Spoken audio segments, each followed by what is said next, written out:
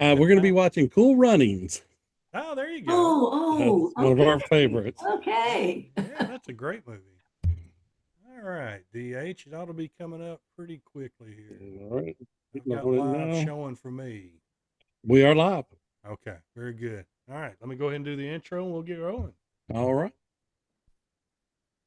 Hi, this is Jack Hughes of Wang Chung, and you're listening to the DND Dynamite 80s podcast show with your hosts DC and DH.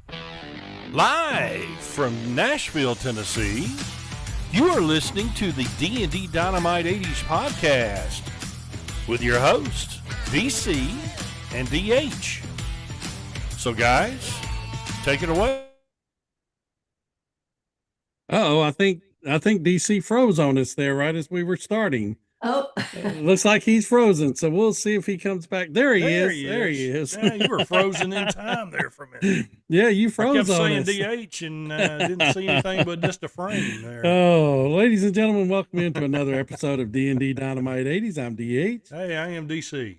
and we are so honored tonight to have a returning member of our family coming back to Yes. visit again. And what an amazing individual. Yes. I've been so excited, ready to do this interview again. And DC, I don't care how your week's been, brother. I don't care how your day It's went. I'm ready to get summertime. this one started. Good I'm stuff. excited.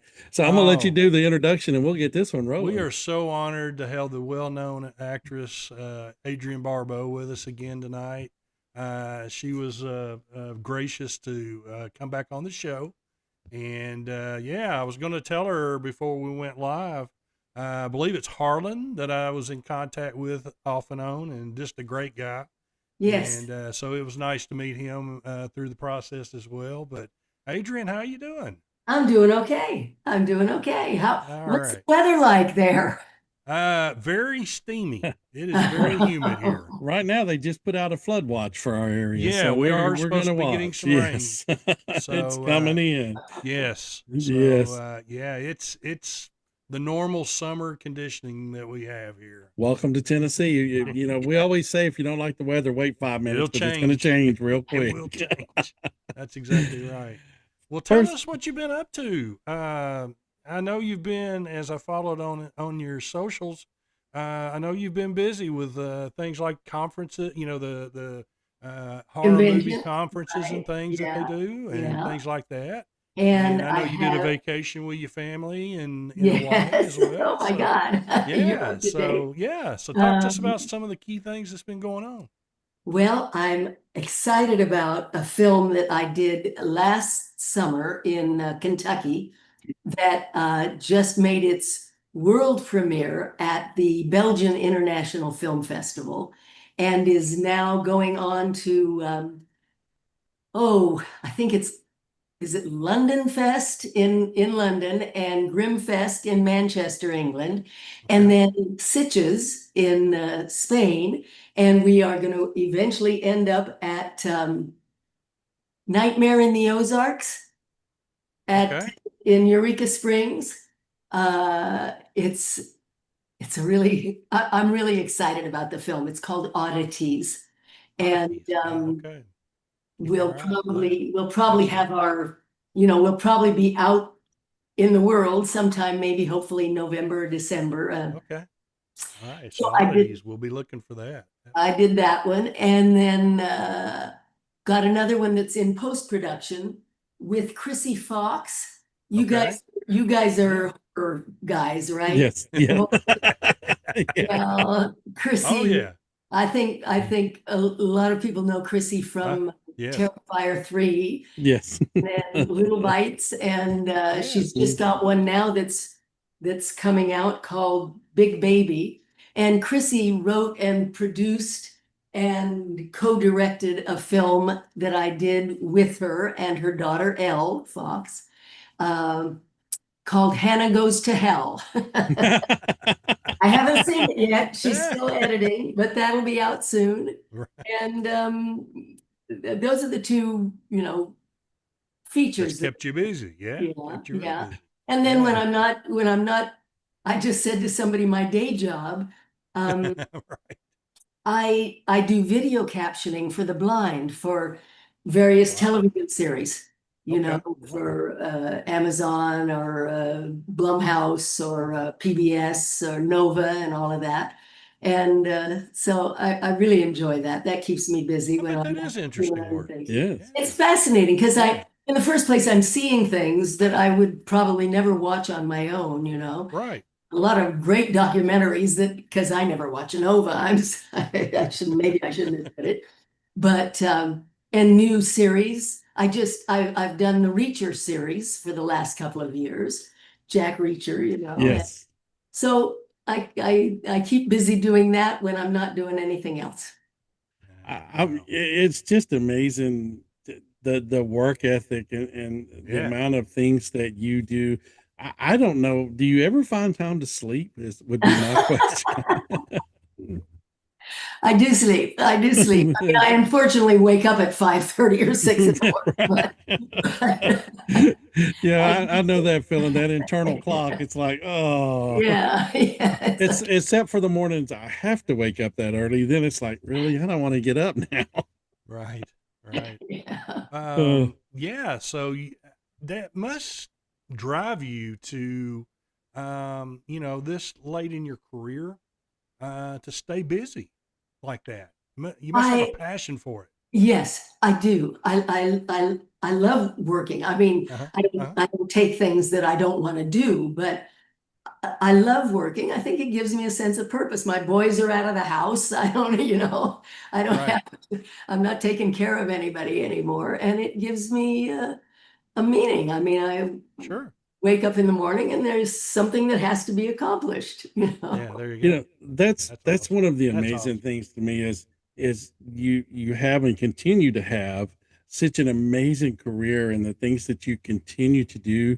Is there ever been a moment where you're like, I think I want a break. I think I need a little bit of downtime before I go to the next project because it just seems like you've always been on a project, because it's just like things just keep coming.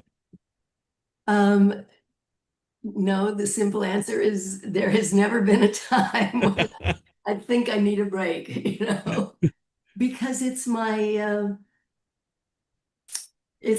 well, as I've said several times, I don't feel like I've ever worked a day in my life. It's not work for me. Right.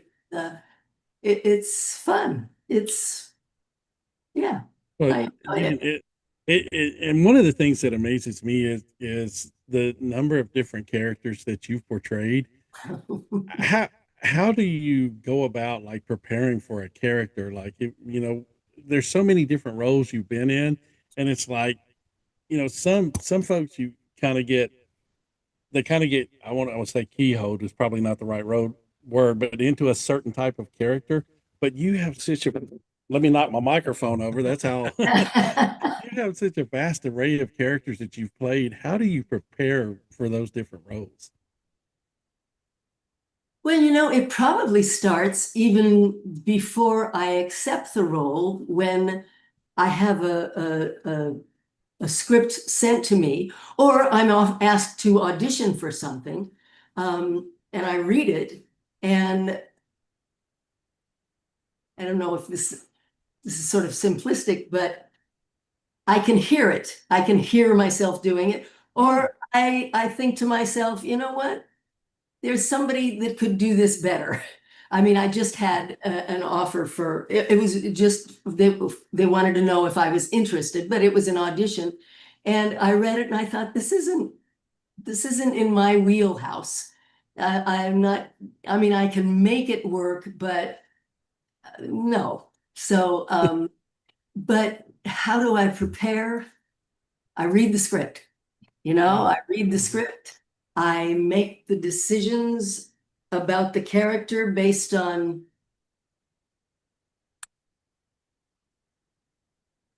any past life for her that I have created in my mind.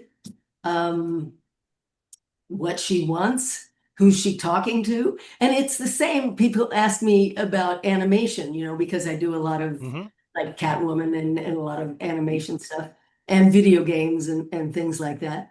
Um, it's really the same with that. Maybe not so much video games because you don't read the script before you go in, and you've got a director there saying, okay, we need you to be a little more angry, or you're telling the player to go off into the sunset or whatever. I don't know. I'm the overseer in Fallout 76. I don't know if you like gamers. I'm not a gamer, but I mean, I do remember them saying, you're talking to the player and you're guiding the player and things like that. So that's different. But even with animation, I mean, you have to make a decision about what you want, how you feel about what you're saying, how you feel about the person you're saying it to, because a simple line like, good morning, will change completely if you're pissed off, or if you're really joyful, or Sure. if you're surprised to see them there, or if you don't want them there. And so it's just a question of, for me, a lot of it is getting the background for the character. Those are just decisions I make based on what is in the screenplay. Sometimes you'll get hints. For instance, I mean, a lot of people ask me about Billy in Creepshow, and they say, oh, she's so mean. She's such a, I don't know, what words can I use on your radio? She's such a bee, and blah, blah, blah.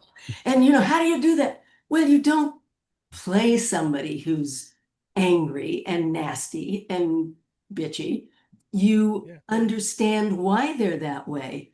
And in the case of Billy, I mean, in my mind, she's very disappointed in the way her life turned out. She expected she was going to marry this professor. She was going to be the queen of the intelligentsia of academia at that college, and he was a disappointment to her. And so maybe that led her to start drinking, and then that led her to be just bitchy. Sure. Well, that leads me into a question that I've asked other folks that we've had on, actors and actresses that we've had on through the years, that I love asking.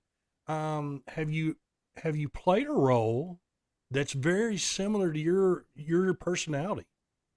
And is that more difficult than playing somebody that's totally opposite of you? No, not more difficult. And I would think, I mean, there's pieces of me in almost everything I've done. I mean, my first television show was Maude. Sure. And I realized, because I had come from theater, I was the original Rizzo in Grease, which again, I mean, what I related to in Greece was that was my music, the 60s. That was my music. In fact, the audition, before we ever got to the point of auditioning, the director asked each actor, who were your favorite singer or recording artists in the 60s? And I immediately, Johnny and Joe and the Platters and the Drifters. And I mean, so I came to the role with that, and I had just gotten out of high school not long before that. But the first television show was Maude, and I realized after a couple of weeks that they had hired me because doing television was much different from doing stage. And when I first showed up to do Maude, I was going to create the character of Carol Findlay, because I had created Rizzo. She had a different walk, she had a different talk, different attitudes. But I realized after a couple of weeks that they had hired me because they saw something in me that they wanted for the character. They saw, in my case, an ability to stand up to be Arthur, Maude, Right.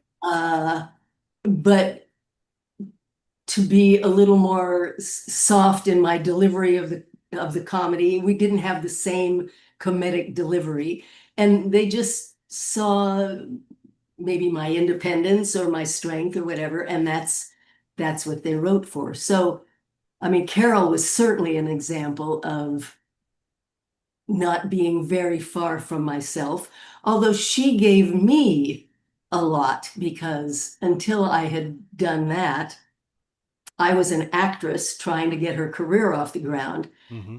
not involved in politics or the world affairs, or not an activist in any way, not speaking out except for certain causes.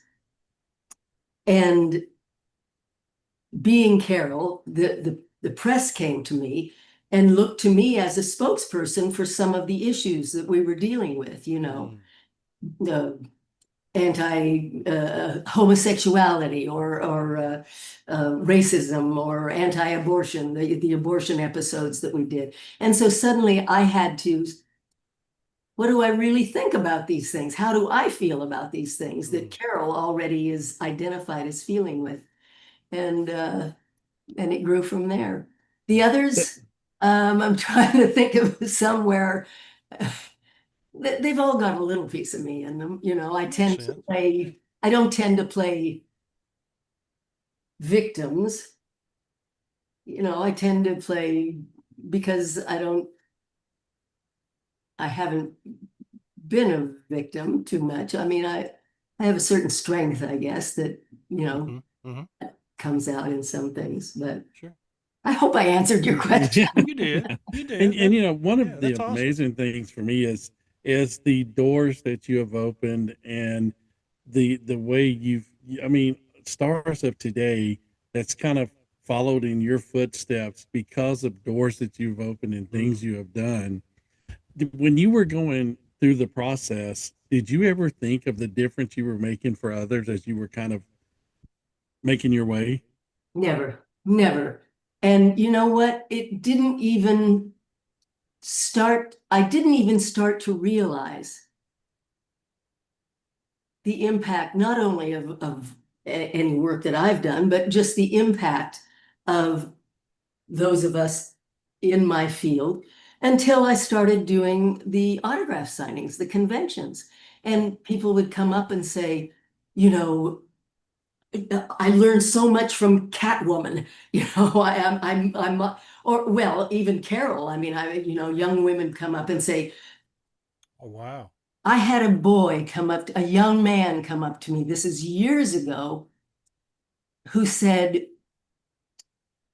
watching Maude was the first time I ever realized that a family could be yelling at each other and fighting with each other and still love each other. Wow. Because we didn't have that in our family. We only had the fighting and the yelling. And it really was like, wow, not me per se, but the character, the project. And it I think it was Lou Diamond Phillips who once said I think it was his first convention, and we were all having lunch together, and he said, "It's so gratifying. It's so gratifying to hear that you've impacted someone, that you've made a difference in their life." Sure. Even if it was just to make someone laugh when they really needed to laugh. Yeah. That is the gift that my industry has given me. And that's one of those, and you mentioned Maud. I think to me, that was one of those shows that was cutting edge that kind of led to other shows. It was kind of one of those first shows that really kind of took on some of those difficult issues and tried to look at it, from the family unit in perspective. So I mean Yes, that, yes. I don't know. I was kind of wondering, did you when you guys were making those shows and kind of going through that, did you realize the social impact as well? Wow. No, I don't think so. I mean, I used to say I was very proud of the fact that I was doing something that wasn't just pratfalls, that had some social significance. But Yeah. people ask, I mean, did you know back in the 70s and the 80s, how, that now in 2026, your films would still, No, we didn't know anything. In the first place, they didn't have DVRs, you know. Right. They barely had beta, I think. Yep. I remember You those. know, and we only had 3 networks, you know, back in the 70s. Yes. That's Yep. true. So, I mean, we knew we were breaking ground, but we didn't know if it would have an effect. Mm. When we started filming Maude in July of 1972, and it didn't go on the air until September. But in that period between July and September, we did the first part of the abortion episode. And then CBS came and said, well, it just depends on your ratings. If your ratings aren't any good, we're trashing the first episode and they'll never see a second episode. And it was so controversial that, I mean, I doubt that any of the stations, even in Nashville or in Tennessee, or certainly throughout the South, they wouldn't even air it, you know. Hopefully it helped with all kinds of issues. I mean, you had Archie Bunker on All in the Family, you know, with Sammy Davis Jr. giving him a kiss on the cheek, and it was like, Yeah. but Yeah. And we've talked about that. Yeah, that's DH. I'm glad you brought that up about the different topics and stuff. How it's changed over the years. We love Maude and you know all those shows. All in the Sanford and Family, Son, the Jeffersons. I mean, all those those were great great. shows. And But you look could- back now and you think, wow, these shows were how so could- cutting edge for the right. time. And They were. would They they stay were. on the air now? you know, I mean, one of the things that made them successful is that even though we were dealing with these social issues, we Mhm. were making the audience laugh. Yes. And we were, and Norman, you know, I mean, we presented both sides, you know. Yeah, right. But we delivered the messages with humor. So people Yes. stayed with us and, you know, maybe they got some of it. Nowadays, I don't know. I mean, it seems like our whole culture has gone backwards in terms of, well, in terms of everything, but you Yeah, know, you're right. I women's mean, rights and it don't it get kind me of you're right, but it's kind of like we've all forgotten how to laugh at ourselves.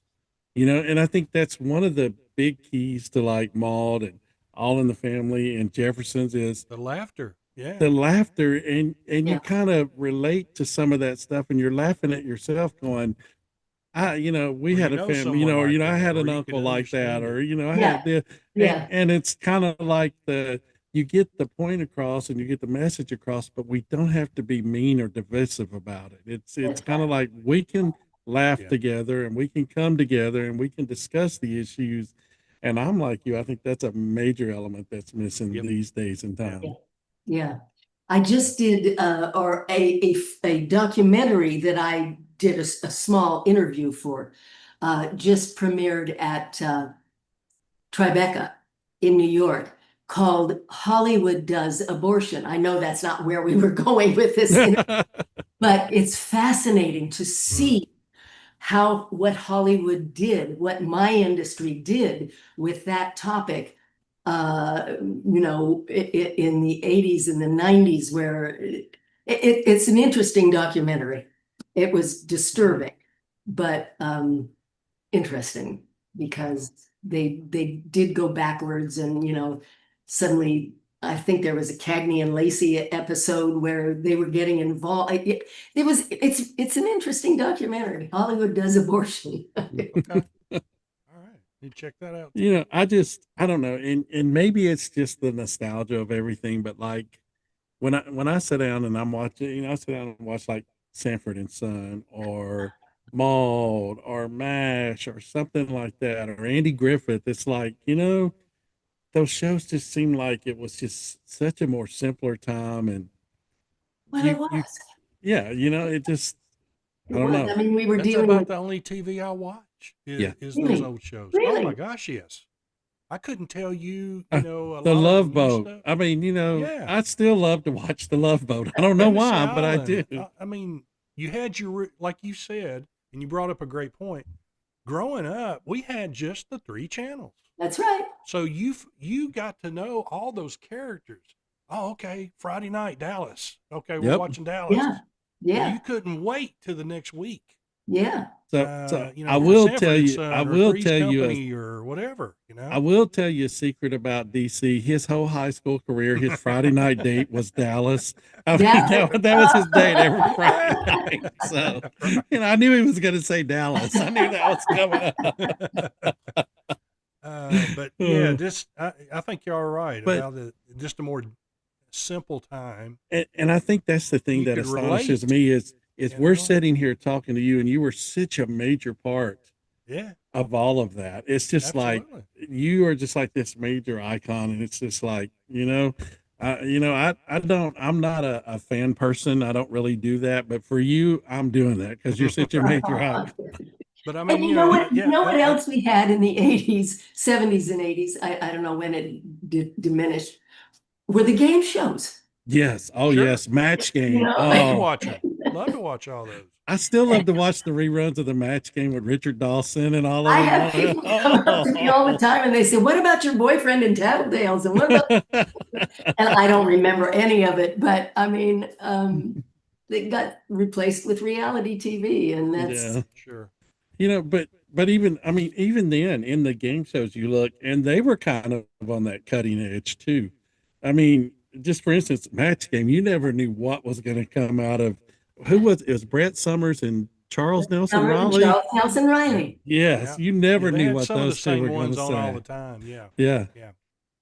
just But amazing. yeah. Yeah. It's great TV. It just Oh, it was. is. It is. It's, And and I the think thing was, that's one of the reasons that you still see it run on different things. yes. Is that they know the quality of that Well, stuff. and we can relate to the characters, and Exactly. it's not divisive. It's It's it's not, common.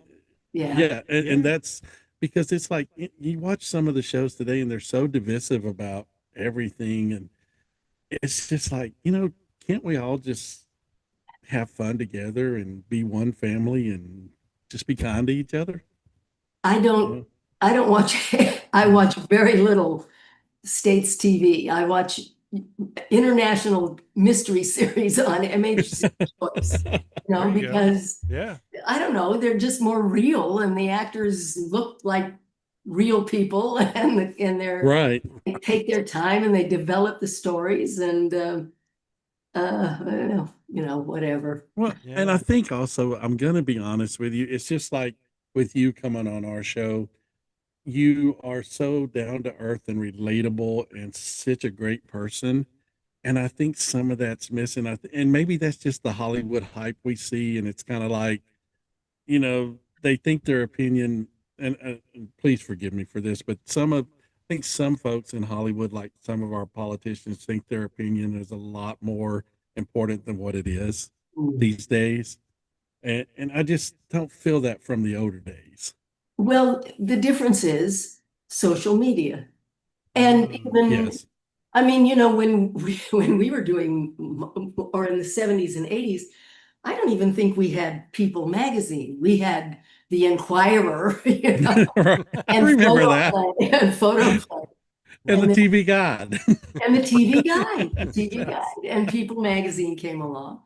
But now we have social media. Sure. And it has changed everything. It has. It has changed the face of my business, certainly, because even in terms of actors who are being hired or non-actors who are being hired, or right now, if you look at the horror industry, suddenly YouTubers are having incredible success with a $350,000 film that they've made that's making 300 million. Yes. And so now the studios are all looking for YouTubers and, Right.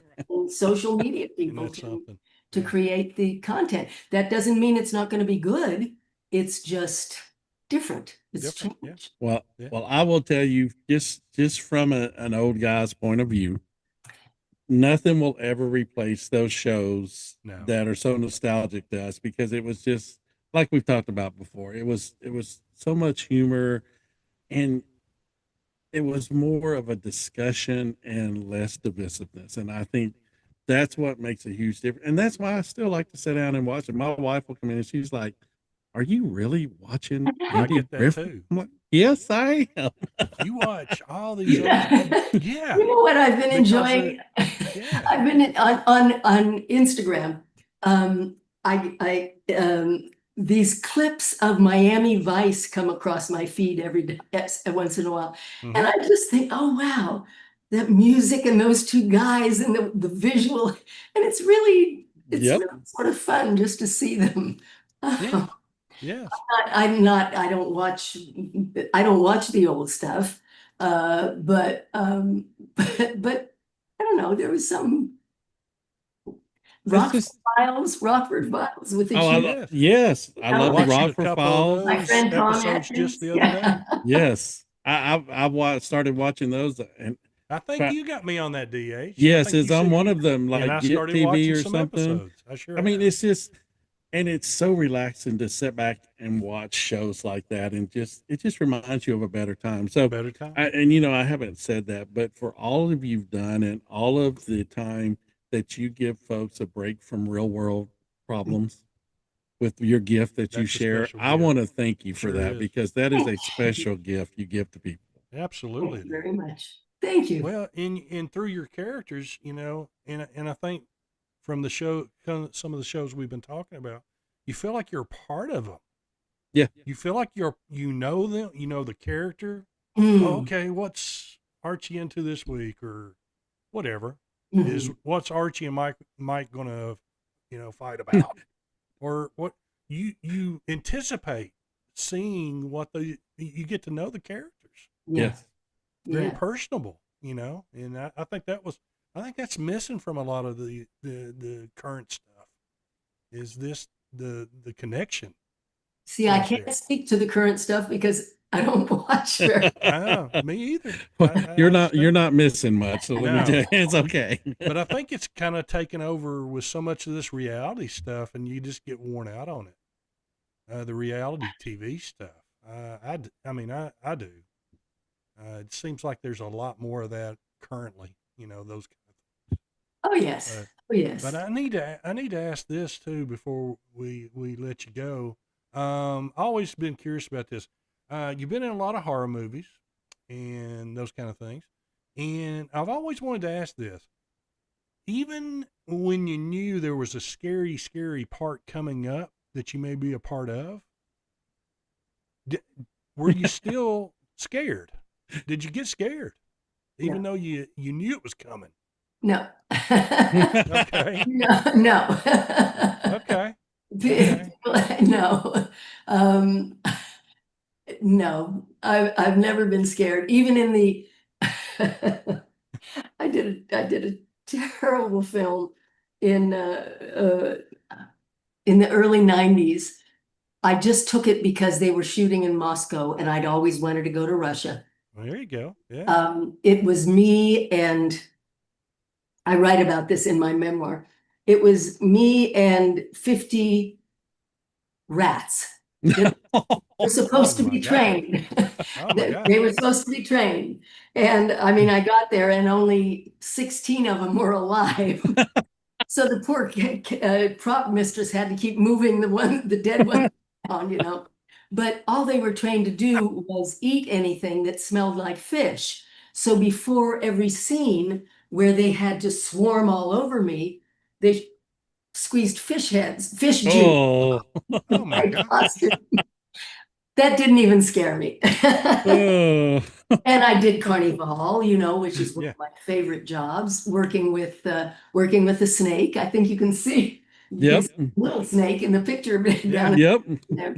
I can't remember ever being scared. No, Wow. no. Wow. Well, the two that you described, I definitely would have been quite nervous. I'm trying to done. do I'm out. Rats, I'm gone. Right. You Only probably- rats I want to see is the 80s rock band. Other than that, I'm good. I'm done. That's right. I worked with a Bengal tiger who came up and put his Nope. jaw around my hand. It was just a love tap. I worked with I think it was Fantasy Island. It was a tarantula. I do remember. Yes, I remember that And show. Okay. I did a pilot for a series that was sort of a spin-off of MASH, where we were working with bees. The whole place was filled with bees. Oh my gosh. The only thing I would not do, I wouldn't have done E.G. Marshall's segment of Creepshow working with cockroaches. Yep. Nope. I don't want to work with cockroaches. No. No, Nope. thanks. Or Jerusalem Nope. crickets. Well, you haven't named any that I would want to work with. No. No rats, no snakes, none of them. No. Oh my gosh, No. that surprises me. That's wild. So is it? When we were doing Swamp Thing, Uh-huh. it was such a shock to me because I think up until that time, movies were just fantasy. It never crossed my mind that they were anything else. And there was a scene where the villains are chasing me through the swamp or something. They're in a Jeep and I'm running. And the stuntman came to me and he said, "Now look, if you fall down, just stay where you are and we won't run over you. Don't move." And I thought, what, you mean there's a possibility? You're right. And then, of course, we went on to do Cannonball Run, and we had a terrible accident in Cannonball Run. One of the stunt women was paralyzed from the neck down. Oh. Oh. But those kinds of things, now that I realize this is what movie making can entail, those would be frightening. But not working with snakes. Oh wow. Before we let you go, let everyone know how to follow you. Okay. And what you have coming up. Things that are on your plate. I'm on Instagram. I think it's lowercase Adrienne_Barbeau. And I don't look at my Facebook page, but everything that gets posted on Instagram does go to Facebook, but I don't ever see anything. Okay. Right. I have a website, www.abarbeau.com. And on that, I try to keep up with my convention appearances and festival appearances. On July 17th, I'm doing, it sounds like a lot of fun. It's an improv group here in Los Angeles called Cackle Freaks. And they bring in a horror person and interview them and then show clips from their films, and then the improv group takes off. So I don't know what that's going to be like, but interesting. I'll be doing that. And that's in Los Angeles. That's here in Los Angeles. Okay. I'll be in Houston, I think, sometime in October for a convention, and then the closest I'm coming to you guys is probably Eureka Springs, Arkansas. I think there might be another one. I'm in North Carolina or South Carolina. I can't remember which, but those are on my website. Yeah, you skip right over top of us. You're right there next to us. Yep. Okay. So, all right. Yeah, I was just going to say, Miss Barbeau, I just want to thank you so much for coming on the show. Like I said, thank you. You've already been given congratulations or condolences because you're a member of the DND Dynamite family. So we really appreciate you coming back. We do. It's amazing, DC. I know that our family members must love us because they come back on this show with us. I don't know that I would do that, but they do. Fun. It's fun. It's fun. It's fun, and you guys are good. Well, thank you for saying that. Yes, thank you. So much. And DC will send the check for you saying that. There you go. Oh, can you stay with us as we close it out? Sure. All right. Well, how much longer? No, just about 2 minutes. We'll be sure, of course. All right, ladies and gentlemen, that's going to do it for another episode of D&D Dynamite 80s. I would like to thank Adrienne Barbeau for joining us tonight. It has been truly our honor. Thank It you is a so much pleasure. for joining us in. And folks, as I always end off before I send it over to DC, remember, it doesn't cost anything extra to be kind. So always be kind to each other. DC, Amen. Amen, brother. Let's get those sponsors in. let's do it. DND Dynamite 80s would like to thank their sponsors, Hudson's Flags and More, Jackie's Creations on Facebook, PJG Marketing, The Roy Band, Riley Rhodes Art Designs at rileyroads.art on Instagram, Totally Cool 80s, Charlie Bubbles Cares for Kids, The Magic Yarn Project, and Hearts for Isabella. Check out all these great folks online. Yes, folks. Please do.